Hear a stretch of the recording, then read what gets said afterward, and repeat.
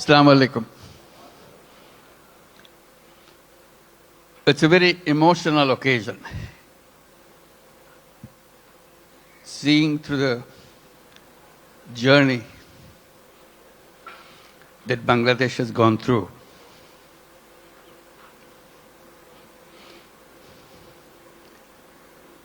The people who are just presented, they are the heroes of Bangladesh. Let's give another big applause for them.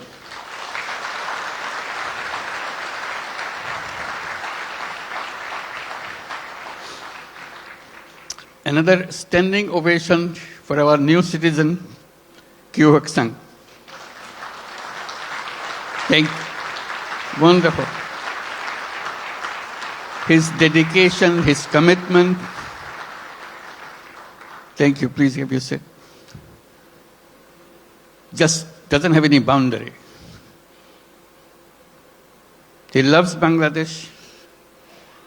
He worked for Bangladesh. He loves the nature of Bangladesh. I wish you could visit his factory. And he brought so many delegations this time to come to show his new land of citizenship. Can the members of the Korean delegation please stand up so that we can give you applause? Yes, indeed. Thank you. Thank you so much. Wonderful. Yeah. Fantastic.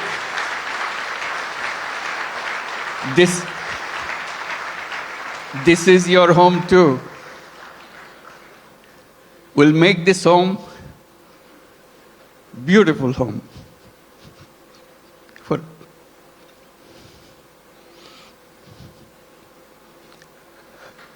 seeing them today, it's a journey that we have made the last 50 plus years. I was just remembering when we became an independent country in 1971. The celebration that we went through and commitment we made for building a new nation. Despite sacrifices of lives for achieving that independence, we rejoiced. We are free. That was 1971. Then came 1974.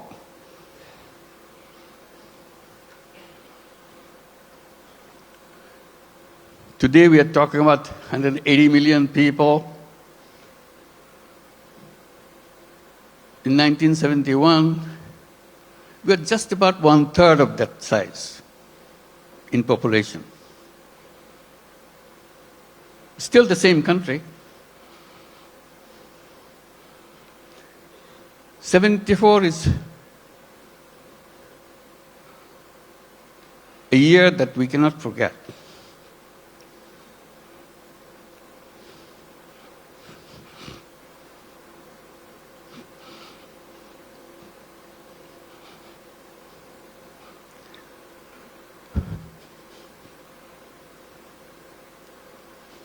Sorry.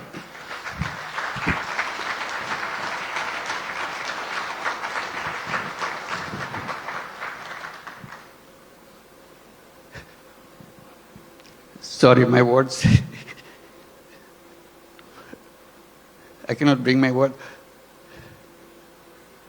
People died of hunger. A famine throughout the country.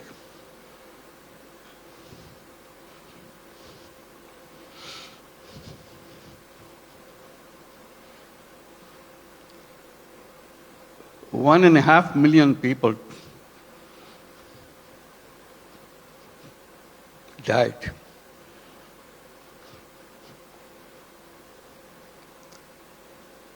So that was the country we started with.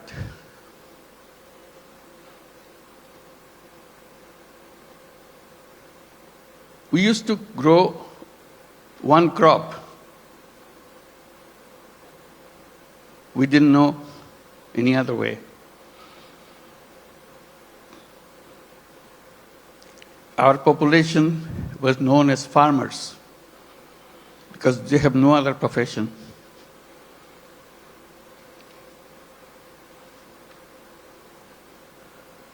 And of them,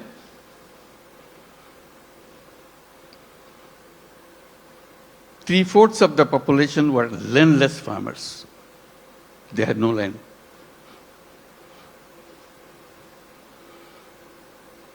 They used to lease in a tiny bit of land from the people who had little bit of land to make a living by one crop. If you heard the word dirt poor,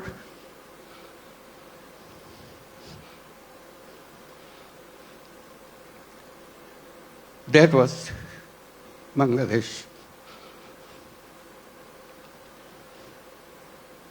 Very difficult life. So if you take that journey from 1974 to 2025, it's an amazing journey. Here we're talking about all these big industries and so on, and inviting you for so many countries to set up more industries. We're talking about the big market, talking about the big, intelligent young population.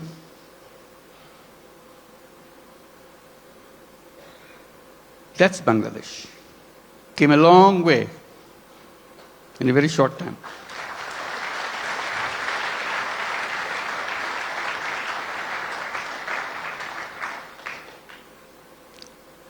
In that famine-ridden country, one little initiative came just to relieve the burden of watching what's going on.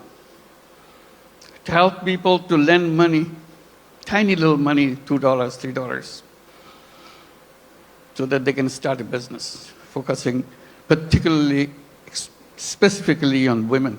They are the most destitute of all. That became known as microcredit. We created a bank called Grameen Bank. Had no idea what this finally will turn out to be. But it turned out to be a global name.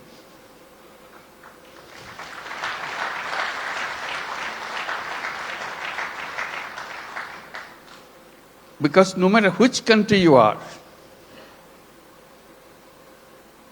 you have little Bangladesh of 1974 inside of you. You don't recognize it. You hide it by giving public money to them. So I always raise the voice. Giving public money to poor people is no solution at all. Solution is creating the structure, framework, will unleash the energy of the people. And microcredit was just a small effort of that.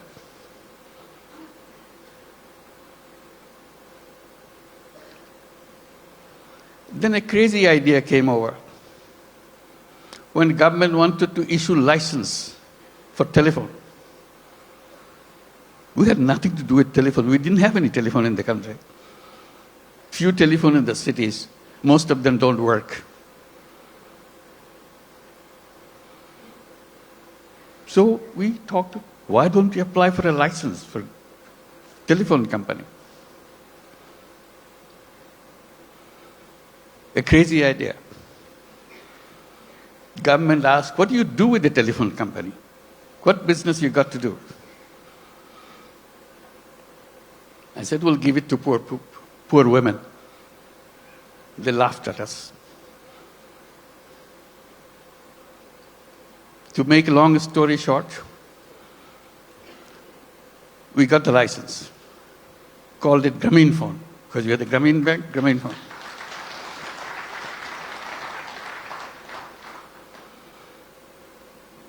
Nobody wants to partner with us because we have no knowledge, nothing. Because Bangladesh is no place for mobile phone. There's no market for mobile phone. Who wants to be partner? So we knock at every door, international doors. Nobody wants to partner. Finally, someone I personally knew in Norway, who happens to be chairman of Telenor.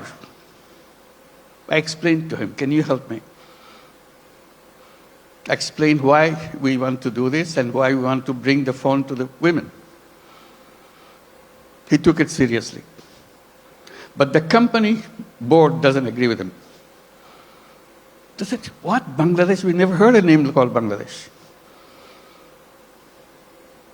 So it's a big effort for him. The more board rejects, he comes back again, explain again. Finally, he got it through. The company assessment was, at the peak of this company, you will have 200,000 users of the mobile phone in the whole country. 200,000. And you cannot make a living on this with this kind of clientele. He told me, I said, are you crazy?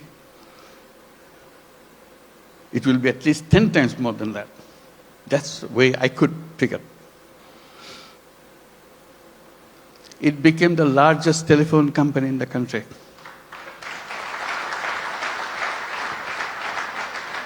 And women were the recipient of those telephone handsets. To turn them into what we call telephone ladies, sell the telephone service of the company. Men cannot apply, men cannot get the phone. Only poor women of Grameen Bank, not all women, only poor women of Grameen Bank can get a phone. Totally illiterate, has nothing to do, doesn't even know what a phone is. We train them. They started selling the service, saying, if you want to make a phone call to your son in the Middle East, in the meantime, Middle East saga began. So people wanted to talk. It became a roaring business. Soon, 100,000 women selling telephone service all over Bangladesh. It became so popular, everybody wanted to have a phone. Changed the whole company. At that time, there are other companies coming up around the world. They were focusing on their cities. The newspapers were covering us, not them. It became well known. So they started copying. For the first time, the idea came, phone have some use in the villages. They had no idea at all. The telephone has any meaning in the villages. They're always concentrated on the cities. Telephone industry globally changed.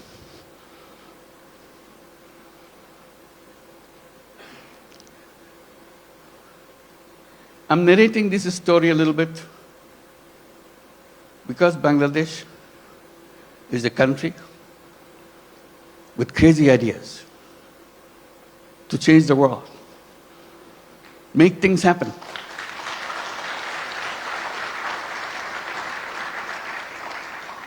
Everyone you saw on the stage receiving the award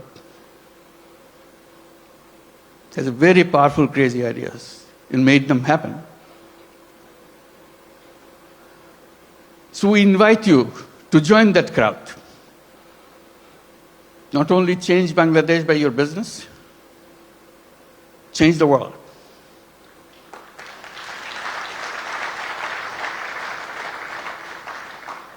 I keep reminding people, Yes, you want to make profit, go ahead, make profit. Maximize as much as you can.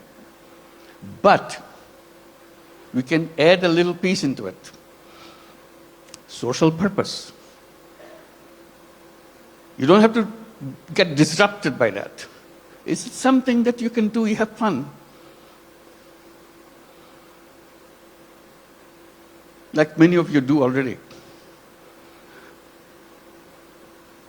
So if you want to make a business with a purpose, along with the business that we do, Bangladesh is the place.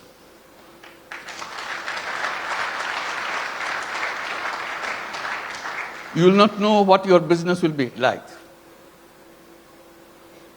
Why the whole world is following you. Why suddenly you look back, how did it happen? Bangladesh makes it happen.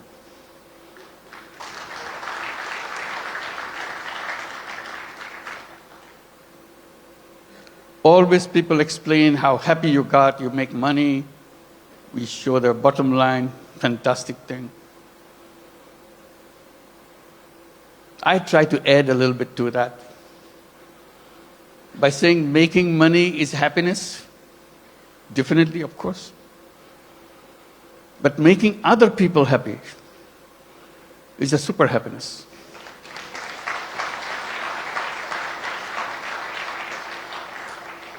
If you have business in Bangladesh, you will have both happiness and super happiness. That you get extra with no cost. You'll be proud of what you have done. Like the people who stood here felt that. Super happy. Did something which impacted in people's lives. Massively. With a country of famine, we're now talking about global entry to the businesses and everything. And at the same time, I'm just pointing out, which has been pointed out already, we don't look at Bangladesh alone. It is only one piece of the economy. We see the whole region, very powerful region, lots of resources. We work together, facilitate each other. It's not the business to grab everything out of you, it's a competition, you grab things. We twist a little bit.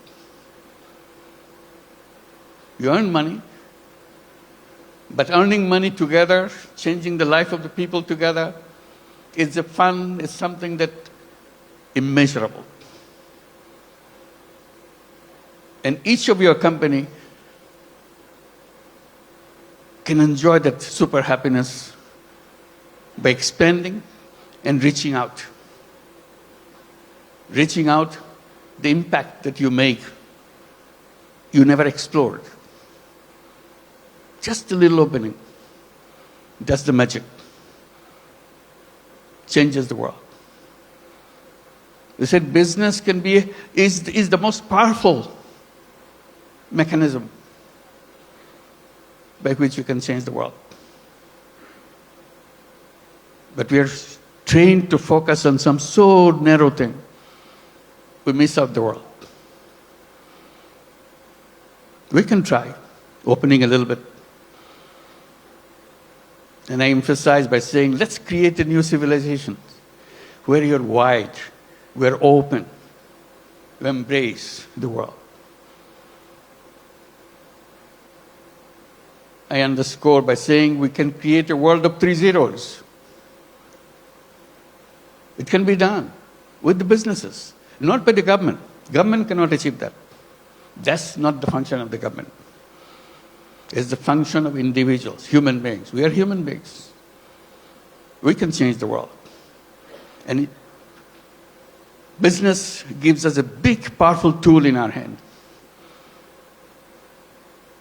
And the new civilization, I say, should be a civilization where there will be no carbon emission. We can do that. That's where the business innovation comes. All we have to do is just pay attention to that side. No carbon emission. It's a self-destructive system if you allow carbon emission to continue. No wealth concentration. It's fun to make money, but wealth concentration is the most dangerous thing to a human being. It will destroy the whole world. And zero unemployment. The young people get excited about it. Because all of you are entrepreneurs, not job seekers. Think like an entrepreneur. Make things happen. And Bangladesh is a place to see that. How suddenly we are known as farmers. We're a country of farmers, landless farmers. We didn't have any land, much land, little. Only in the 70s, early 60s maybe, 60s, some crazy young guys from the universities dared to enter into something which is happening in the country because of business interest of other countries, garment industry. They said, why not us? That was the beginning of the garment industry in Bangladesh, those crazy young guys. All the first generation, some of them are already here, came out of that generation. And now moving into the second generation, you heard Naseem, the second generation entrepreneur. That's our history. In 2 generations, second generation is just the beginning. It's still the first generation going on. Topon is here too, I saw him. Where are you? Second generation, I'm sure. So that's the journey of generations. Now, what is the third generation coming up? Are we prepared for that? That's a challenge to all of us. And we talk about second generation, we have to talk third generation a little bigger. Boys and girls.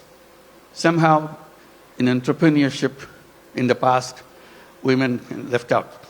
We have some, but very few. But women are as creative, as entrepreneurial as anybody else.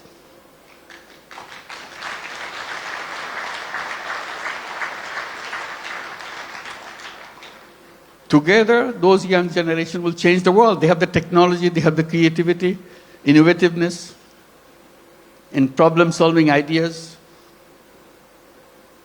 We don't have to look at the problem the same old way that we did 50 years back. Waiting for the government to do something. We people can do that. That's a chance. So today it makes me very happy that we can gather together, and talk about creating that world. It's not just business in a limited idea, which is good, but you can have another space remains unutilized. Let's use this too. And Bangladesh, the business in Bangladesh is not only for Bangladesh, that's the point. It could be for the whole world. Who ever thought that microcredit, which started in a tiny little village, now would be a prime business in the United States, Grameen America?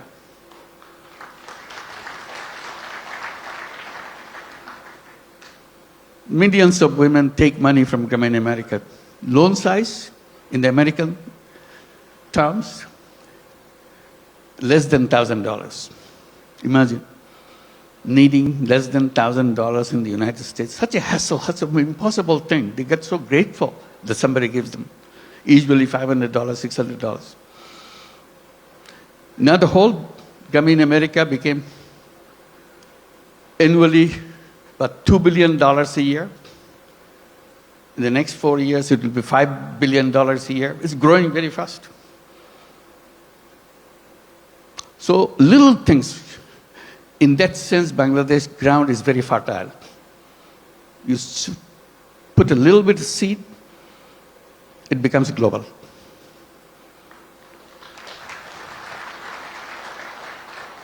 I wish I could tell all the stories that happen in Bangladesh, but I get very tempted, but they're all here. Talk to them, find out. And we welcome you to join us with that mission, creating a new world for the whole world. Thank you very much.